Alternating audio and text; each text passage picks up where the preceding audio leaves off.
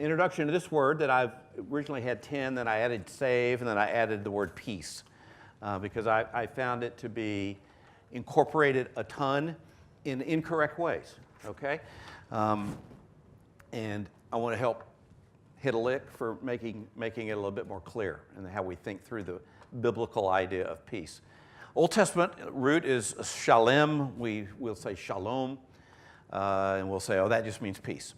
And then what we know about peace really as English speakers is this concept of the lack of war. Okay, we're not at war, so we're at peace, or a tranquil kind of calm feeling. Okay, feeling kind of peaceful. I'm at peace. Our nation is at peace. Eagle song, peaceful, easy feeling. You know, that's where that idea comes from. New Testament equivalent, irene, can have that same idea, but it means much more, as you might imagine. And why don't we see what those much mores are? Really, the idea of shalom or shalem at its root is the idea of that which is complete. Okay? That which is whole. That which is full. You're not lacking anything, okay? Now we're going to get to this nice feeling in a moment. The peace of God will guard your hearts and all these sorts of verses we'll see. If you're an engineer, it's the idea of being sound, okay?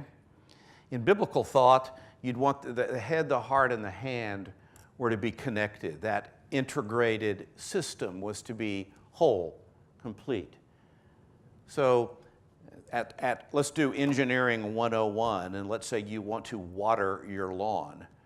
You're going to have a spigot coming off the side of your house. You want to get a hose and then integrate that hose via a coupling to the source of water, okay?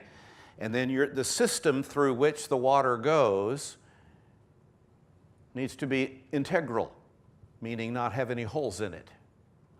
And you want it connected either to your hand or a wand you're going to use, or perhaps one of those things that's going to make the water go back and forth. And the intent of the system is for, once the water pressure is allowed to go through the hose, the system is intact when water, in fact, waters your grass, makes your flowers lovely, okay? When that system is whole, it is sound. Think of the term in Titus, sound doctrine, for example. It's not the normal word for peace, but it's the same word. In fact, it's the word hugenes. There, we get our word hygiene from that word, okay? That idea of that which works. So we have a system of hygiene in which is far more than washing our hands, but that's part of it, so that we put up a defense of invading germs, right? And you want that system to be sound, complete, whole, and that's that idea found there. So it's integral, which is far more than not lying. Oh, she's integral, and we kind of mean when she doesn't tell stories. The system is intact. Everything comes back together. There's no loss of energy, is what the engineers would tell you, okay? That's really the idea of that which is complete. And when we see a system that is complete, we can also convey that system is at peace. There is a fullness to its system. It's doing what's supposed to do. So let's take a look at some words. Again, non-theological words that show up. Genesis 15:6. This is right after Abram had said, the Bible reads, and Abram believed God, and it was reckoned to him as righteousness. Then God speaking to Abram, and as for you, you shall go to your fathers in peace, and you shall be buried at a good old age. Then in the fourth generation, they shall return here, for the iniquity of the Amorite is not yet complete. Both the word peace and complete is shalom, okay? Meaning completing of a time span. When that's full, when that is completed, that conveys that idea. And this idea, you will go to your fathers intact, fully righteous before God, intact in your relationship with God, seems to be the indication. Does it mean that he was calm at his death? Maybe. I'm not certain that's what it means, though. I think that God will keep you intact until you go to be with your fathers, which was the way they expressed death, okay? We studied this verse in Deuteronomy when we went to the grocery store, remember, and we looked at the word just or sadiq, and we expect that if I put enough potatoes on the scale to make the arrow go to 5, I'm actually getting 5 pounds of potatoes. That's the idea of just, that it meets the standard. The verse also says, you shall have a full and just measure. So your rock should not have stuff borne out, a core taken out of the middle, in which doesn't really allow it to weigh 5 pounds. It should be the full measure, okay? The idea of full there, or shalem, should be that which fully meets the standard. Lincoln's famous line about those that died in the Civil War, they gave the last full measure. All that they had, they left nothing behind, nothing out. So they're a nice combination. It meets the standard because it's fully there, okay? It's the full weight. We would say the whole 9 yards, which really comes from concrete, if you've never studied that saying before. A truck brings 9 yards of concrete, okay? And so I want the full truckload, the full 9 yards. We'll truncate it to the full 9 and stuff like that. But that's the background of that. No extra charge whatsoever. Deuteronomy, great book. One of the things I'm trying to show you, you want a Cliff Notes version of the Old Testament? Go to Deuteronomy, okay? Deuteros Namos, the second Deuto, giving of the law, Namos. Moses gives 3 sermons that restates the 10 Commandments, in essence covers the bulk of the 613 commands that made up the Mosaic Law, the law under which Jesus was born, the law that Jesus died to fulfill. But nonetheless, it uses the word shalom in different ways than we might have understood. You shall build the altar of the Lord your God of uncut stones. And you shall offer on it burnt offerings to Yahweh your God, and you shall offer peace offerings, same word, shalom in both cases, and eat there, and you shall rejoice before the Lord. So the idea of uncut conveying that idea of full or whole. They've not been reduced. The full stone brought over, just like the full measure, and that it conveys this idea of peace, but often not the way we think of peace, okay? Psalm 38, there is no soundness, nice synonym, and here's a great, word studies often produce friends that will help you see what the word means by the synonyms. There is no soundness in my flesh because of your indignation.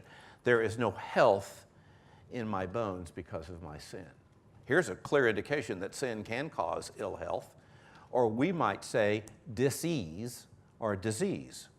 Think of that, the word disease, like, well, what disease do you have? I have a dis, and my ease is now at being dissed.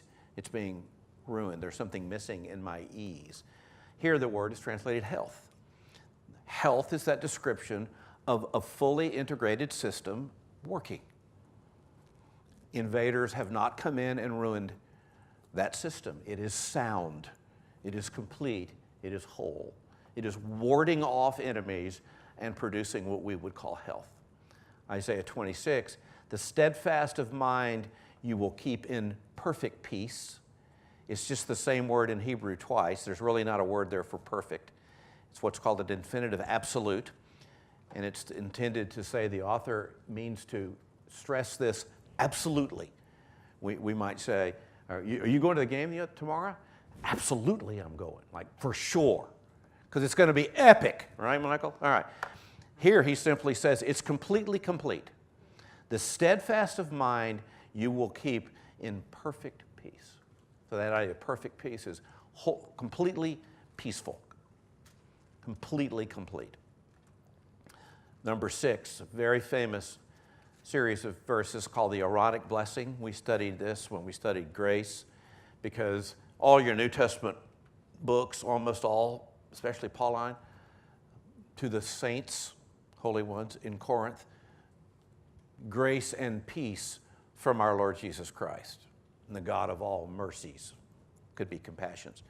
They stole it right from number 6. The Lord bless you and keep you, make his face shine on you and be gracious to you. The Lord lift up his countenance. And may he give you a whole sound system of living in which your head and your heart and your hand are in complete agreement, And there's not a violation. The Greeks would call a violation a hupokrino, or we would say hypocrite, okay? To judge under, to not do what you had judged at the forefront, to come under it, to undermine it. What I purpose here or think here and purpose in my heart is also what I do with my hands. Pharisees were good with the hands. All their stuff was showy, throwing the equivalent of pennies into a big copper pot, making all kind of noise. Widow's mite didn't make any noise, but she gave more, because they wanted it all to be about what their hands did. And the heart and the head seemed unconnected. And God comes along and says, I'm looking at the heart. I want perfect peace, a whole system intact. You'll fight it the rest of your life. You'll be working on that project the rest of your life. But nonetheless, the goal is clearly stated. Let your heart, I love this one when I do my life coaching stuff, let your heart be wholly devoted to the Lord our God, to walk in His statutes, to keep His commandments. Literally, it just reads, let your heart be complete with Yahweh. I love that idea. It conveys the idea that we're incomplete. There's that idea of sin. How do I fill that pothole with Yahweh, with God? Okay, so that what I lack is sourced and supplied through God ultimately. And that's the idea of holy devotion. Be complete with Him. Romans 5, therefore, having been justified by faith, we have peace with God. That can convey this idea of warring, because as aliens and strangers, unbelievers are at war with God. Okay? They're not His buddy, and vice versa. Okay? But there's also lacking that integrated system. That hose unhooked to the water supply is really not being fulfilled in its purpose. Imagine us to be water hoses, outrigged with the ability to be linked to the supply. That's the image of God in us. We have that ability to be linked to God, and that's what was severed at the fall. But we still maintain the capacity to be united back to God. It just needs some required action. That transaction of faith that results in that right standing is really, if you'll allow, God hooking us back up to that source so that we could do that which we were intended to, carry His supply elsewhere, like water through a hose, okay? So peace is, we're no longer at war, but there's more of you're now who you were intended to be. There's a wholeness, a soundness, a completion to you. Therefore, be anxious for nothing, Philippians 4, but in everything by prayer and supplication with thanksgiving, let your requests be known to God.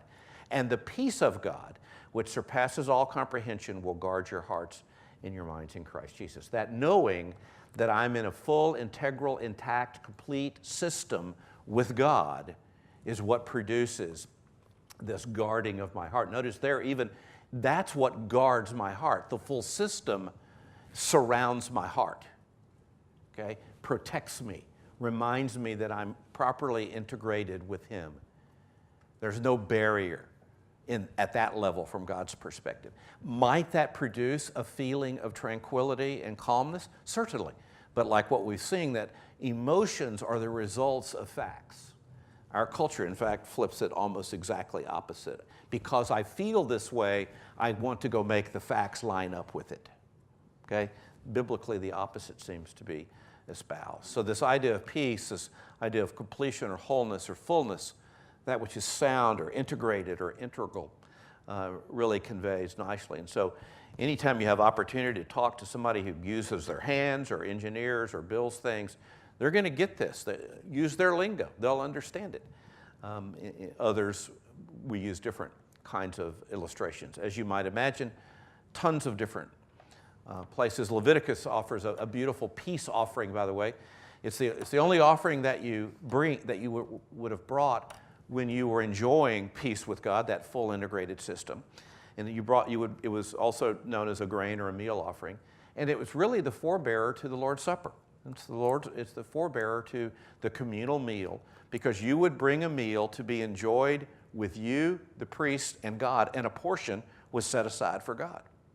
And so it was meant to celebrate the enjoyment of the peace, the full integral relationship you have with God. As you might imagine, both New and Old Testament, you'll see those thoughts.